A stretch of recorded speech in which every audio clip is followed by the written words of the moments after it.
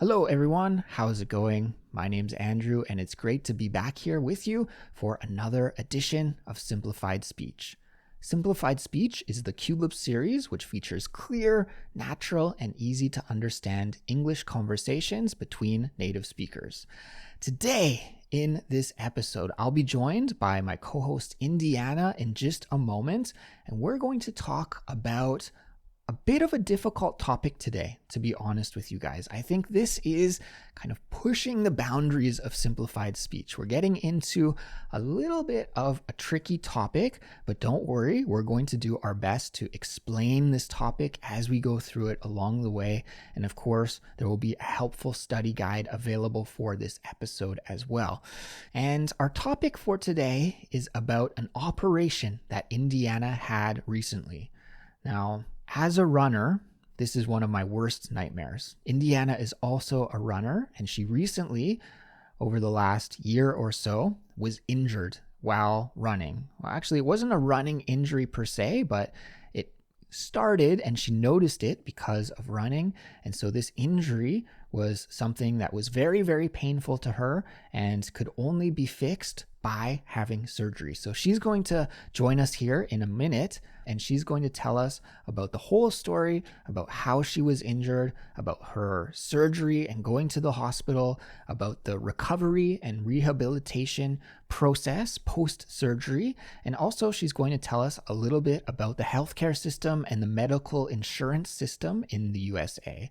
So as I said, it's a little bit of a difficult topic for today, but I think you can do it. And as I mentioned, there's a helpful study guide for all Culips members to accompany this episode. And also, guys, don't feel ashamed ever if you need to listen to an episode more than once. It's not like you have to listen only one time and then perfectly understand everything.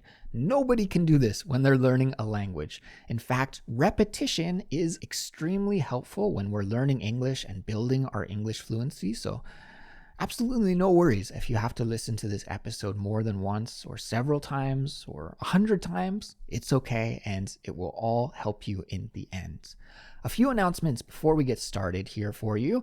The first announcement, this is really exciting actually, and something we're going to do more and more often here at Culips, and that is this is a fully video episode. So we'll put the video for this on our YouTube channel. Of course, if you prefer to listen to audio only, that's cool. No worries at all. We've always, up until now, been mostly an audio only podcast, but going forward, we want to give people that option. If you want to listen to audio, we got you covered. But if you'd rather watch the video, and some people prefer to maybe watch a video so you can see our mouths move as we speak, right?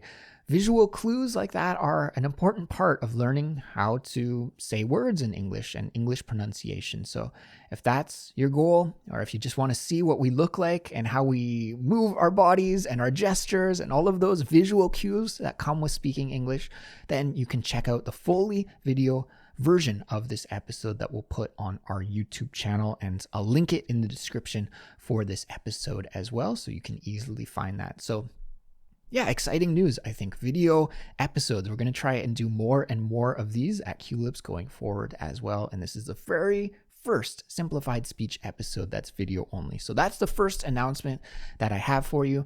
The second announcement is about Culips membership. If you are a Culips member, then you'll get that helpful study guide that I talked about just a moment ago. You'll also get an interactive transcript for this episode. You'll get a comprehension quiz, and you'll be able to join the speaking classes for this episode as well.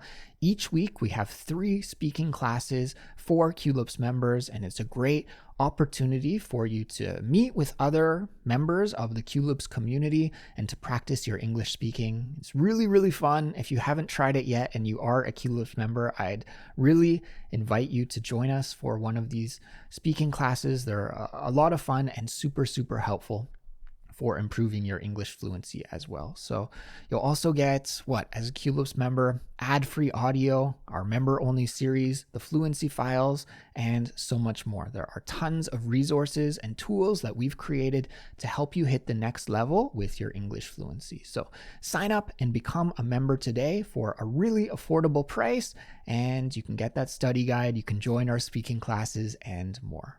So just visit our website, culips.com, to sign up and become a member today. Well, I think it's time for me to be quiet, and we're going to invite Indiana here to the show, and she's really the star of this episode, everyone. It's her story, and I am just sort of interviewing her to get some facts and details about the story from her. So without any further ado, let's invite Indiana onto the show here, and we'll get started. I don't want to say that I hope you enjoy this episode, because talking about a medical issue and a surgery is not the most pleasant topic, but it's a real life episode. This happens to real people in real life, and it's important that we learn how to talk about it in English. So I don't think you will necessarily find this to be a funny episode or a fun episode, but I hope it will be a helpful episode for building your English fluency about this kind of everyday medical topic. So yeah, without any further ado, let's welcome Indiana to the show, and we'll get started. Here we go. Joining me now to talk about her recent surgery and operation is my co-host, Indiana. Hey, Indiana, how's it going? Are you doing okay? I am doing okay. I'm about a little over a month post-op, so following my surgery in December. Yeah, I'm feeling pretty good. How are you, Andrew? I'm doing very well as well. And I don't want to say that I'm excited to talk about this topic, because it's never a good thing, really, to have to go under a big medical operation, procedure, surgery like you did. But I'm intrigued and I'm curious about it. And since you're doing okay, I think it's going to be an interesting discussion that we'll have about it. And I think this will be the first of its kind on Culips, because I've never had a surgery before, and I don't think we've talked about any of them on the podcast. So this is going to be great. Something a little bit different and new for our listeners out there as well. So Indiana, thank you for being so open and talking with us about it. I guess we should start at the start, and maybe I'll let you just tell everyone about what kind of operation you had and why you had to have it, those kind of background details. Could you fill us in on the backstory? Mm-hmm. Absolutely. So to start, I should say that I run. I go on jogs for, for exercise. That's like a sport that I do casually. And I've been doing that for many years. And then in November 2023, I started to have a weird pain in my leg during a run. It was kind of in the inner thigh area, and it wasn't a strong pain, but it was definitely unusual. It was out of the ordinary. So I just kept experiencing it when I went on runs, and I would cut my runs short. And eventually I was like, okay, maybe this is not just a normal injury or a sprain, a strain. I'm not just overusing the muscle. And so, as I said, that was November 2023. And after many, many visits with urgent care, orthopedic doctors, so that would be the doctors that treat bone and joint concerns, physical therapists, having MRIs, or one MRI really, I eventually learned that my problem was a tear in my labrum. So I know we're going to have a lot of medical vocabulary in our discussion. I'll try to keep it as simple as possible. But Okay. the labrum is a ring of cartilage in your hip socket. So it basically cushions where your leg bone, your femur, uh, where it sits in the hip socket. And there was a tear in that ring of cartilage. And the problem with this injury is that there's so little blood flow getting to that part of the hip joint that it really just doesn't heal on its own. And if it's left untreated, it could lead to arthritis, which is that inflammation of the joint, which is a really bad issue that you don't want to have to deal with. So eventually I learned that the best option for me would be to do a surgery to fix this torn labrum. Indiana, let's just take one little step back to and explain a really common body part word that everybody should know because it is just a really common one, but it is a little bit difficult at the same time. That word is cartilage. Could you break that down and explain it to us? What is cartilage? So cartilage is like this soft tissue that connects parts of your body. You could touch your nose and feel between the nostrils. There's a bit of cartilage between the skin there. So that is one of the places in your body that has cartilage, right? So this is just a ring, this ring of cartilage in my hip. It's not bone, it's not muscle. It's a little bit different, but it's this soft connective tissue, and in this case, acting as a cushion in the hip. Yeah, this is like my worst nightmare as a runner come to life for you. So I'm sorry that you had to go through that. It's interesting that you said that you were feeling the pain in your leg. Where did you say it was in your calf that you were feeling the pain, but it was actually a problem with the hip? Inner upper thigh area. Yeah, and that is part of the problem with this injury is the pain can show up in all sorts of different areas. Like it could be near the hip or near, your glute or your butt area. It could be closer to that upper thigh that I experienced it. It could even go down closer to your knee, like all the way down your leg. So it's quite difficult to identify this injury. And yeah, I spent a lot of time treating it as if it was a different kind of injury before I had an MRI. So how long did you spend just like YouTubing it and searching on the internet, trying to find out what kind of common runner's injury you had and trying some of these different exercises before you're finally like, I don't think that's it. I should go to the hospital and get it checked out? I think I spent because, well, part of the issue is to get approved for and then schedule an MRI can take quite some time in the US. I suppose it depends where you are, but I think I was spending 5 or 6 months before I had the MRI, just trying to figure out what it was and treating it with physical therapy or seeing different specialists, yeah. I even went to my gynecologist in case it was somehow related to something not about my muscles or anything like that, I was absolutely at a loss for what this injury could be, what this pain was. And a gynecologist is a specialized doctor that specializes in women's health issues, right? A gynecologist. Exactly. I'm glad at the end of the day, after this period of 5 to 6 months, you were able to diagnose correctly what was happening. And were there any other treatment options on the table available for you? Or was the doctor like, you must get a surgery? This is never going to heal on its own? It's kind of the only option was the operation. Well, so there's a few schools of thought about this injury, and that just means that there's a few different common opinions about it.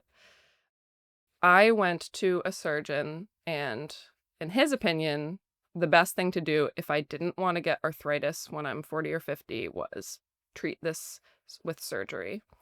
But he did say, you should try your best to at least give physical therapy more of a shot if you want. He didn't want to sound too eager to do this surgery. So I did after him, I tried physical therapy for like, yeah, another 5 months just to be sure, another 4 months. And my physical therapists, one of them had this same injury. And she said with physical therapy, she was able to exercise and live pain free. So I think another common opinion about this is if you put in the work and you do all this physical therapy, you can live your normal life with your sports and exercise and not have pain. But I decided, okay, let me get another opinion from a surgeon. And he just had the same exact opinion as the first surgeon. Like, sure, maybe you can live pain free, but you will still slowly be wearing down this injured cartilage and it will cause arthritis eventually. And so I was like, okay, I'm not completely pain free yet after 4 months of physical therapy. It did help with the pain, but I wasn't completely pain free. So I said, okay, I'd better just do this surgery at this point. Were you experiencing any pain outside of running? Was it only painful when you were running, or was it bothering you just as you were going about your daily activities as well? Yeah, in the beginning, like at the end of 2023, beginning of 2024, it was constant. It was affecting my sleep. It was just a constant painful ache. And, people often will talk about pain on a scale of 1 to 10, right? When you go to the doctor in the US, or I'm sure in many countries, right? How bad is your pain? And it was always floating around like a 4 or a 5, even, yeah. And then sometimes it would get worse to like a 7 out of 10, I would say. So pretty bad in those early days. It was really, really frustrating. But, through physical therapy, yeah, as time went on, it basically got down to like a 0 sometimes, or like a 1 or a 2 out of 10. There was a significant impact of the physical therapy. But yeah, just thinking about the long-term consequences, I decided I should do this surgery. Well, definitely you did the right thing in getting a second opinion. It's always good to get a second opinion and to consult with different doctors and with your physical therapist as well. So you did the right thing. And yeah, you made the difficult decision, I guess, to go ahead and get the surgery. So I'm curious, in my country, in Canada, we have a healthcare system that is so in Canada. It is like healthcare for all, so you don't really have to pay out of pocket. It's covered. The government covers surgeries and stuff like that. So that's good. That's the nice part of the medical system that we have in Canada. The bad part is that the waiting lists are really, really long. And so sometimes you have to wait. I mean, it really is case by case depending on where you live, what kind of operation you need, how serious it is. If it's a life or death situation, then sometimes you're able to go first, right? You go to the front of the line, but maybe a situation like yours, Indiana, you'd sort of be, waiting for a couple of years. So what about where you live? Did you have to wait a long time from once you made that decision to get the surgery and then actually have the operation, or was it a pretty quick, fluid process? Yeah, so in this case, it wasn't too bad. When it came to scheduling the MRI, that scan that I needed to figure out what was going on, that did take a couple months. And of course, you said a couple years for some things in Canada. That's quite a difference. But that did still feel like quite a long time to me in that moment, right? I thought, it's just an MRI, right?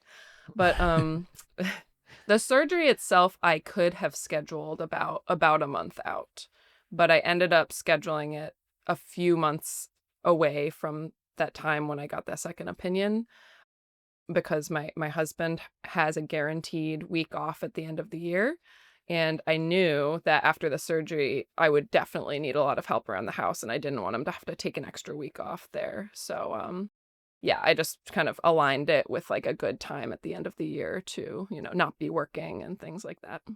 So you made the decision to get the surgery, you had it scheduled. Tell us about what it was like a few days before the surgery, knowing that you would have to go through that process. What was your thought process like? Were you feeling nervous or confident? What was the build up to the surgery like? Honestly, I was so scared. I think I was being a huge baby about it. I think I would be too. A It's lot of scary. medical anxiety. Yeah. I think mainly because of the sedation or anesthesia. So, when you're given something in an IV drip or perhaps an injection to calm you down, make you feel sleepy, or actually put you sort of to sleep. That idea scares me so much. Like, what if I don't wake up? What if something goes wrong? I think that was the scariest part. But, yeah, for the other part of the surgery, I wasn't too scared. I thought, I can manage the pain. I've been managing pain all year, so that part wasn't too scary for me. Okay. And did they put you fully to sleep, or was it just a localized anesthesia? And maybe we should break down these expressions and these terms as well. If you put someone to sleep, it means that they give you some drug or some medicine that makes you unconscious, right? And a lot of surgeries are done that way so you don't feel the pain. And a local anesthetic is just when one part of your body is numbed, right? So that you can't feel it, but still you're consciously awake and yeah, you're with it, right? You're conscious, you're still awake essentially. So those are two different types of options. What was your option? Were you local or fully under? So I wasn't fully under. And I think, yeah, if you're fully under, you probably have a breathing tube and you're completely unconscious. What happened for me was I had an IV drip, which, saline solution, just some basic drip into your veins. You get injected with a needle there, and a needle inserted. And they added a sedative to that IV drip, which so I wasn't asleep, I wasn't unconscious, but it made me feel very calm. And in fact, I don't remember after like 5 minutes of this IV drip, I don't remember anything.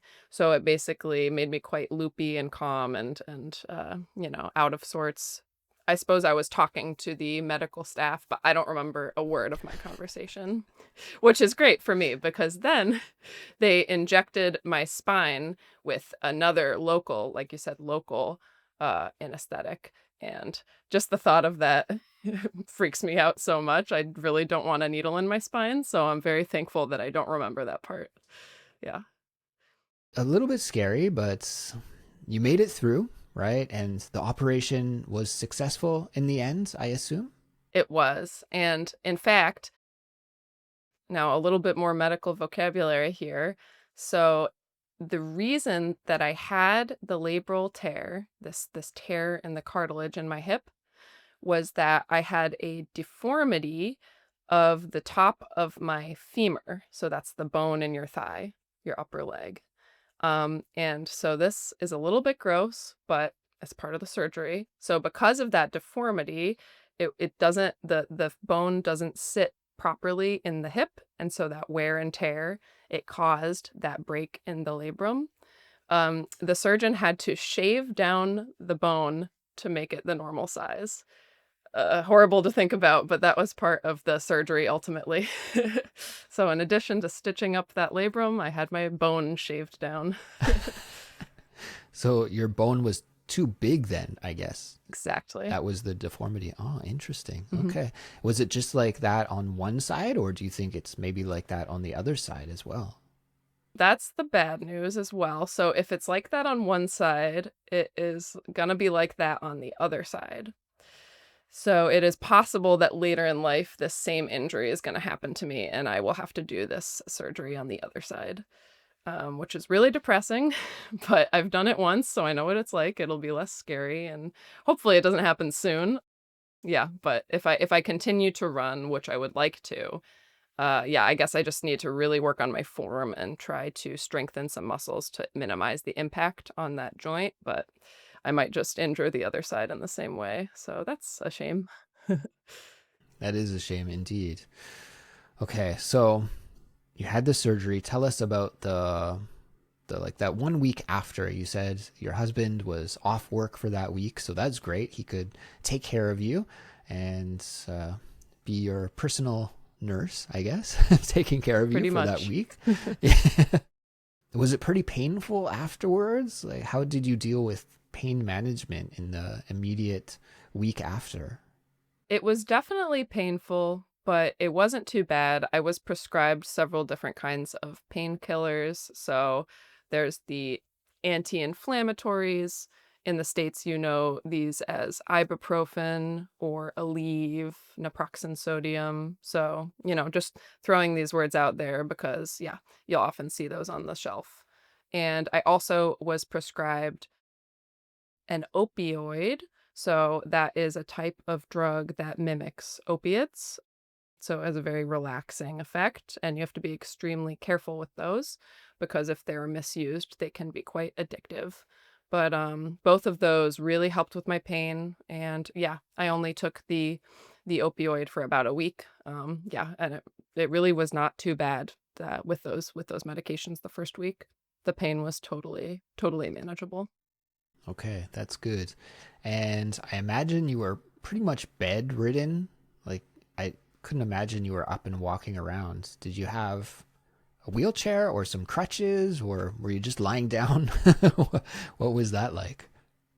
I was expecting that I would be stuck in bed all week, but really, I did have to use crutches, but I left the hospital the same day after the surgery, and I just kind of sat on the couch in a comfortable position all week. And yeah, I used my crutches to get around. In fact, I had to use crutches for about 3 weeks after the surgery, so that got old after a while. It became quite annoying to use those and try to do daily activities, but you know, part of the process.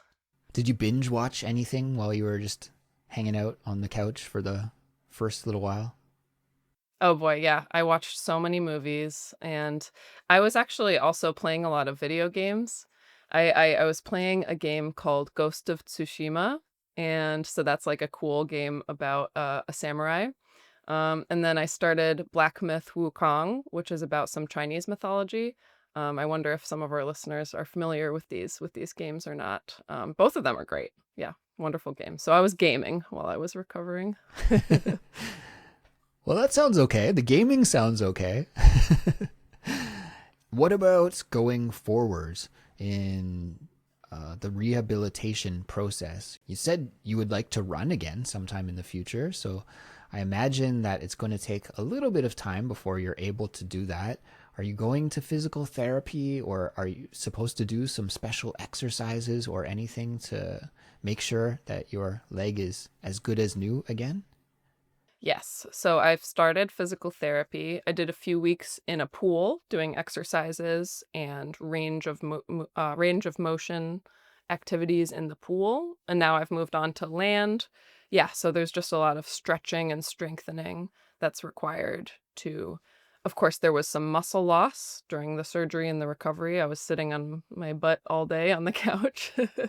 But yeah, so to get it back to normal, I definitely need probably at least 3 months of physical therapy, if not more. But I have a really wonderful physical therapist that I really like, and I will be returning to her, for, you know, getting her insights on how I can safely return to running. And because I think she really had a great understanding of my gait, and that's the way that you walk or the way that you run, sort of your form, and the problems that might have contributed in addition to this bone deformity, to this, this injury.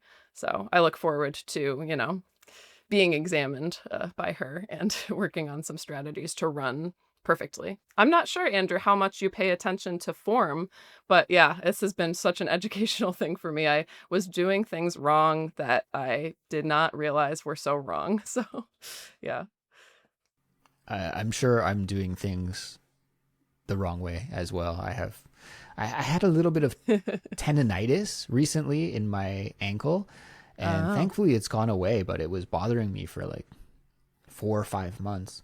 And that started to make me question my form a little bit. And so I did a little bit of research into that, and I've been trying to make some adjustments, but it's hard. You've been running a certain way your whole life, essentially. And then it's like, nope, that's not the right way. You got to change it up. It's hard to make those adjustments, yeah. but yeah, getting the advice of an expert would definitely be helpful in that regard.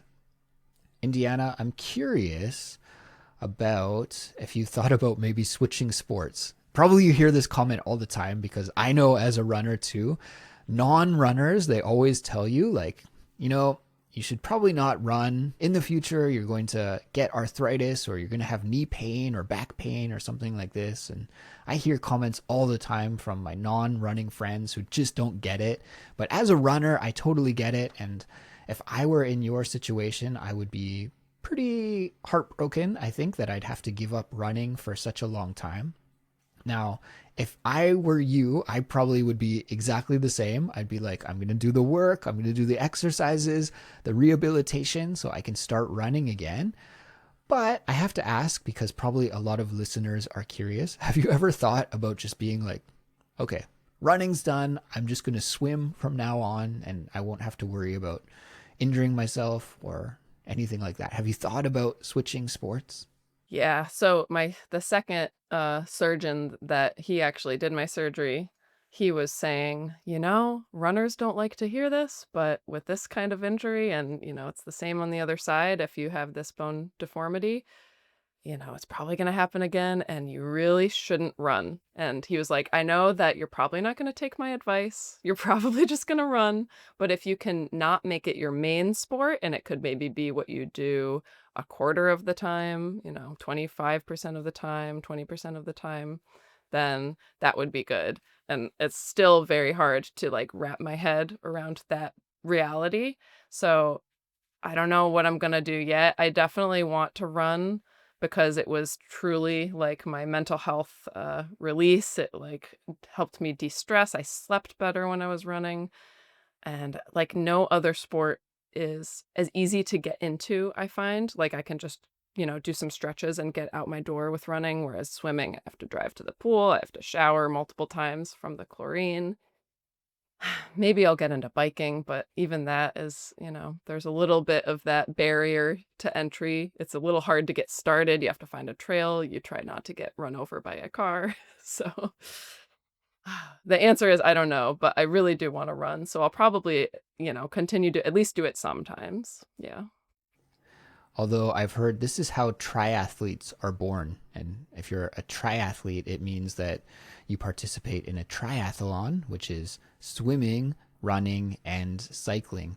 And so many triathletes actually, they start as runners and then they get injured and they have to do something while they're recovering. So they start either cycling or swimming and they get good at that. And then they're like, okay, now I'm recovered. I can run again, but I'm also a good swimmer or I'm also a good cyclist now. So I might as well just start being a triathlete. And I think that's how many triathletes get their start. So maybe that'll happen to you as well, Indiana. But I completely understand the barrier to entry to get into some of those other sports.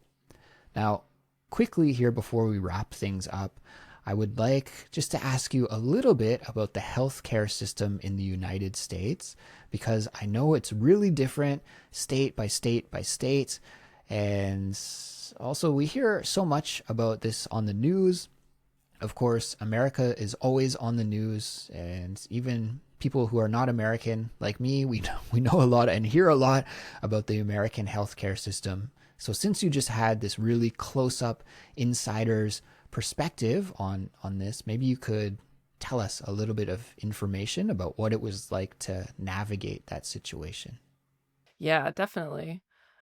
I think our healthcare system can be very frustrating with especially the communication between medical providers and private healthcare. Like, I remember with my MRI, I scheduled the MRI, but they warned me at the office. They said, "You need to contact your insurance to make sure that they received this request and it's all approved because we can't really schedule it until, we have it tentatively in the calendar, but it's not going to be scheduled until it's approved by your insurance. So we're sending them this form, they can review it. So just give them a call and see, if they get it, they should get it in a couple days." And I swear I was calling the insurance like every single day for 2 weeks. And they're saying, "No, we didn't receive the form. You have to call the medical provider and have them resend it." And this back and forth for weeks. And it just felt so ridiculous that I was stuck doing this. And I thought if we just had one healthcare provide like health insurance, public health, like, oh, that would be so convenient from this perspective. There's not this bureaucracy. There's not this miscommunication and finger pointing like, no, actually it's the doctor's office's fault. No, actually the insurance isn't responding. So that was just one of the sort of negative experiences with dealing with the American healthcare system in this case. And another thing, which is tough, I have private insurance through my husband's work. So I'm very thankful for that because it opens up a lot more options, than if I was paying, I think, through like paying a state premium. But there's a deductible. Now, this is also getting into some tricky vocabulary, but this is great to know. There's a very high deductible for this health insurance. So what that means is that the health insurance provider is going to pay for what you need after you put in this initial amount of money for the year. So it could be thousands and thousands of dollars that you are initially paying out of pocket. And then if you have some major expense after you meet that deductible, the rest can be covered by the health insurance provider. So that's just kind of annoying because you think, oh, yeah, I have health insurance, but you're still paying exorbitant, very high medical costs. So that's another kind of issue that I often hear about and experienced this year.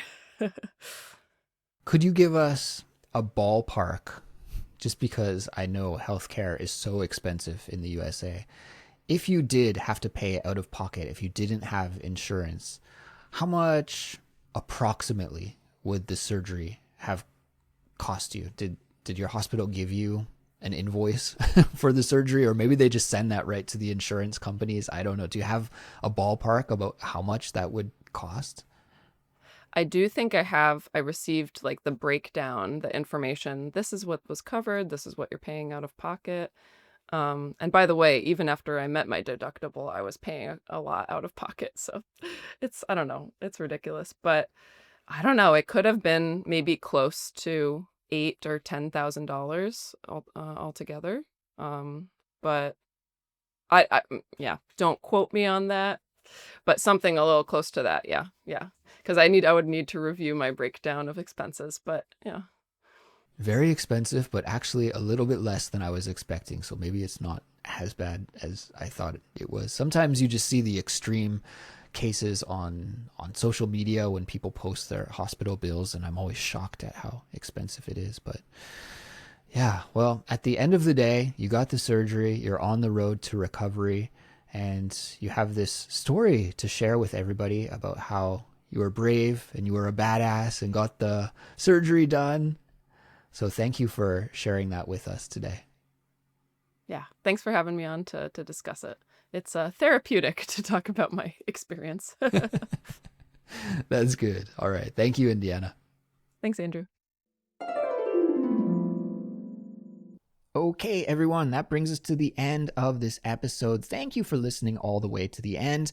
And again, a special huge thanks to Indiana for sharing her story with us. And we're all wishing Indiana a quick and speedy recovery. I hope she's out there running sooner than later, and I hope that she never has any of these medical issues in the future. We'll cross our fingers for her.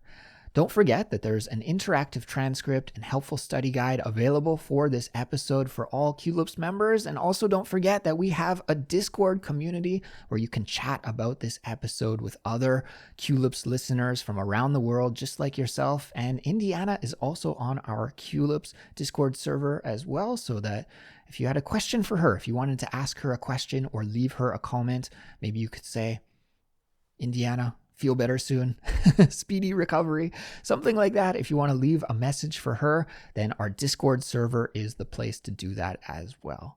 The link to join the Discord server, and it's free for everyone to join, is in the description for this episode. Well, guys, I think that's it for us today here at Culips, but we'll be back soon with another brand new English lesson for you very soon. We'll talk to you all then. Goodbye.